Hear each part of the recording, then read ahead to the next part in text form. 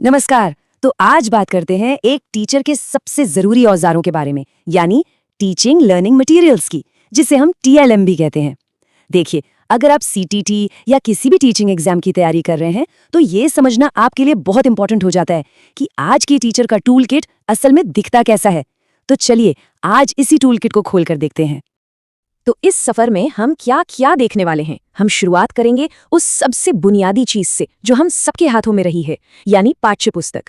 फिर हम देखेंगे कि कैसे मल्टीमीडिया सीखने को और भी दिलचस्प बना देता है, और आखिर में हम उस छिपी हुई शक्ति को खोजेंगे जो हर क्लासरूम में पहले से ही मौजूद होती है।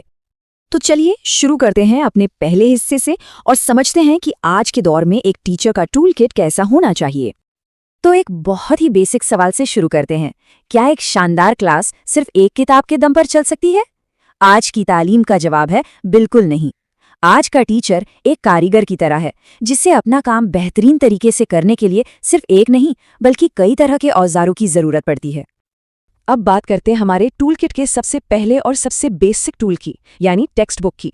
ये हर टीचर के हाथ में एक जरूरी औजार तो है, पर सवाल ये है कि क्या ये अकेला काफी है? देखिए, टेक्स्ट बुक का रोल समझना बहुत जरूरी है। ये एक गाइड की तरह है जो हमें रास्ता दिखाती है कि क्या पढ़ाना है और कैसे। और स्टूडेंट्स के लिए ये एक मेमोरी एड की तरह काम करती है, मतलब जो भी क्लास में सीखा उसे पक्का करने में मदद करती है। तो फिर एक अच्छी टेक्स्ट बुक होती कैसी है, क्या खासियत होती है उसमें? सबसे पहले तो वो स्टूडेंट को ध्यान में रखकर बनाई जाती है। फिर वो सिर्फ पढ़ने के लिए नहीं होनी चाहिए, बल्कि उसमें सुनने, बोलने और लिखने, मतलब चारों स्किल्स की प्रैक्टिस के मौके होने चाहिए। और हाँ, ये भी जरूरी है कि उसकी भाषा और डिजाइन बच्चों को अपनी तरफ खींचे, उन्हें डराए नहीं। और यहीं से ना कहानी में एक बहुत बड़ा ट्विस्ट आता है। देखिए, नेशनल करिकुलम फ्रेमवर्क 2005 खुद ये बात कहता है कि टेक्स्ट बुक ही सब कुछ नहीं है, ये सिर्फ एक गाइड है, पूरा का पूरा करिकुलम नहीं। और यही सोच हमें अपने टूल किट में नए नए औजार शामिल करने के लिए कहती है। तो भाई, किताब से आगे क्या?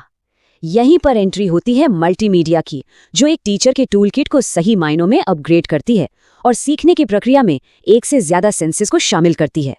मोटे तौर पर हम इन्हें 3 कैटेगरीज में बांट सकते हैं। विजुअल एड्स जैसे चार्ट्स और मैप्स, ऑडियो एड्स जैसे रेडियो या कोई ऑडियो क्लिप, और ऑडियो विजुअल एड्स जैसे कंप्यूटर या फिल्म। अब ये जरूरी क्यों है? जरा सोचिए, जो बच्चा देखकर बेहतर सीखता है उसके लिए एक चार्ट कितना फायदेमंद है, और जो सुनकर सीखता है उसके लिए एक ऑडियो क्लिप। ये विविधता ही सीखने को ज्यादा असरदार और परमानेंट बनाती है। कुछ और स्पेशल टूल्स भी हैं, जैसे लैंग्वेज लैब, जहां स्टूडेंट्स सही प्रोनाउंसिएशन सुनकर उसकी प्रैक्टिस कर सकते हैं, और आईसीटी यानी कंप्यूटर और इंटरनेट तो स्टूडेंट्स को सेल्फ लर्निंग के लिए ऑथेंटिक मटेरियल का खजाना मुहैया कराता है। चलिए अब एक बहुत ही मजेदार और इम्पोर्टेंट शब्द को समझते हैं, रियालिया। इसको ना अच्छे से याद रखिएगा, ये एग्जाम्स में अक्सर पूछा जाता है। इसका सीधा सा मतलब है क्लास में असली चीजों का इस्तेमाल करना, जैसे असली सिक्के, फल या कोई ट्रेन का टिकट। इससे क्या होता है? सीखना किताब ही नहीं लेता, बल्कि असल दुनिया से जुड़ जाता है, और मुश्किल से मुश्किल कॉन्सेप्ट्स भी मजेदार और समझने में आसान बन जाते हैं। अच्छा, तो अभी तक हमने उन टूल्स की बात की जो बाहर से आते हैं, किताबें, चार्ट्स, कंप्यूटर। पर अब हम बात करेंगे उस सबसे पावरफुल रिसोर्स की जो एक टीचर कहीं बाहर से नहीं लाता, बल्कि जो क्लासरूम के अंदर बच्चों के साथ ही मौजूद होता है। जरा इस एक लाइन पर गौर कीजिए, बहुभाषिकता। ये कोई चुनौती नहीं बल्कि एक संसाधन है। मतलब जिस चीज को अक्सर क्लास की सबसे बड़ी मुश्किल माना जाता है, वही असल में उसकी सबसे बड़ी ताकत है। और देखिए, ये सिर्फ कहने की बात नहीं है। एनसीएफ 2005 साफ साफ कहता है कि बहुभाषिकता को 3 तरह से इस्तेमाल करना है, एक संसाधन के तौर पर, एक रणनीति के तौर पर और एक लक्ष्य के तौर पर। अब इस रिसोर्स को इस्तेमाल करने की एक बहुत ही शानदार टेक्निक है ट्रांसलैंग्वेजिंग। अब ये सुनने में भारी शब्द लगता है, पर इसका मतलब बहुत सिंपल है। इसका मतलब है कि एक स्टूडेंट किसी भी कॉन्सेप्ट को समझने के लिए अपनी सभी भाषाओं का इस्तेमाल कर सकता है। जैसे विज्ञान का कोई मुश्किल शब्द अंग्रेजी में समझने से पहले उसे अपनी मातृभाषा में सोचना या दोस्त से अपनी भाषा में डिस्कस करना। इससे सीखने का प्रोसेस आसान हो जाता है और स्टूडेंट का कॉन्फिडेंस भी बढ़ता है। तो इस अप्रोच को अपनाने के फायदे क्या क्या हैं?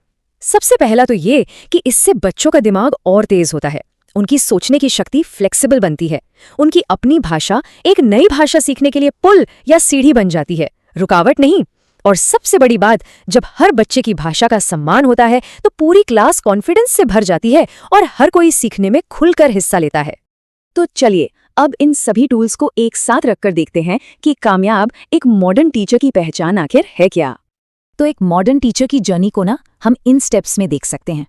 सबसे पहले फाउंडेशन के लिए टेक्स्ट बुक से शुरू करें, फिर उसमें मल्टीमीडिया से रंग भरें, रियालिया का इस्तेमाल करके क्लास को असल दुनिया से जोड़ें, और सबसे ज़रूरी अपनी क्लास के सबसे बड़े खजाने यानी बहुभाषिकता को अपनाएं। यही वो रास्ता है जिससे एक जीती जागती और आनंदमय क्लास बनती है। तो अब आखिर में ये सवाल आपके लिए है, एक फ्यूचर एजुकेटर होने के नाते आपके टूल किट का सबसे पावरफुल टूल क्या होगा? इस पर सोचिएगा जरूर। आज के लिए बस इतना ही। धन्यवाद।